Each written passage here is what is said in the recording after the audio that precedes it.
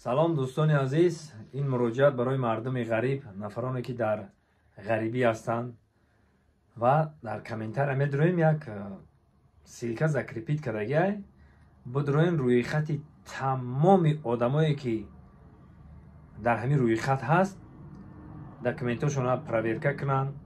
مقصد همین نفرانی که یا خودشونن یا خیش تباروشونن یا حق همسایه‌شون میشناسن، همون آدمایی که نامشون در همین وای هست التماس روان کنین، گوشرس کنین که پیشکی خودشون ببینن، مقصد قرضدار نباشن و گرانیتسا گذشتگی باشن و همه طرفه باشن که مقصد که رد میشه و ردیکال میشه میقپن همتون دیپارتاسیا میکنن.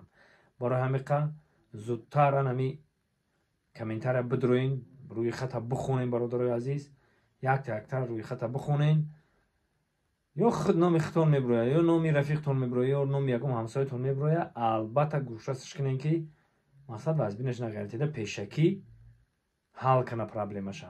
اگر که حل نکنن رد میشه و ردیکال میشه در مسکو همتون میقپن دیپارتاسیا میکنن.